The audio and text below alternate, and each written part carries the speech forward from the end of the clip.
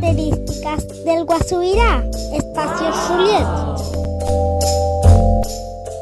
Soy un mamífero. Se alimenta de hierba.